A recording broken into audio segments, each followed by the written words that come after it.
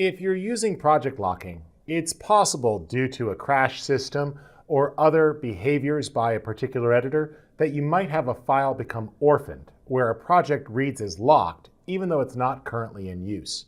There are a few steps you could take to get around this. First up, the lock file is essentially a text file that's written next to the project file on the disk. This text file will have a version number of the project, since the projects likely go through revisions.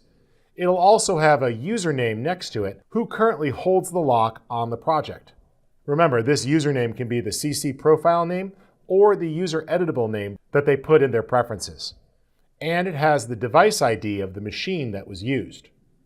Now, it's considered owned if the username and the device ID are matched to the machine that Premiere Pro is currently running on.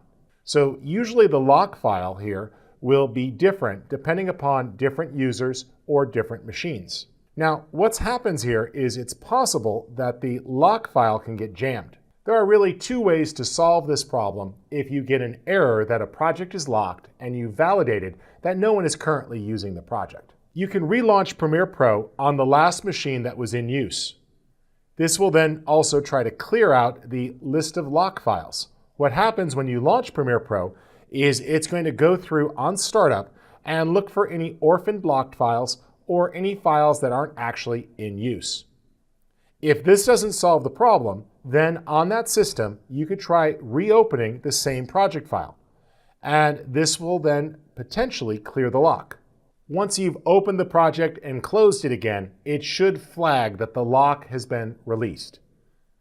Now, project locking can of course be turned off by disabling the preferences, or you might be able to manually delete that file. Just keep in mind that this is a new feature and one that's going to continue to evolve. This is just the first iteration of project locking, and I expect that this is going to be a little bit volatile as all the use cases and workflows get sorted out.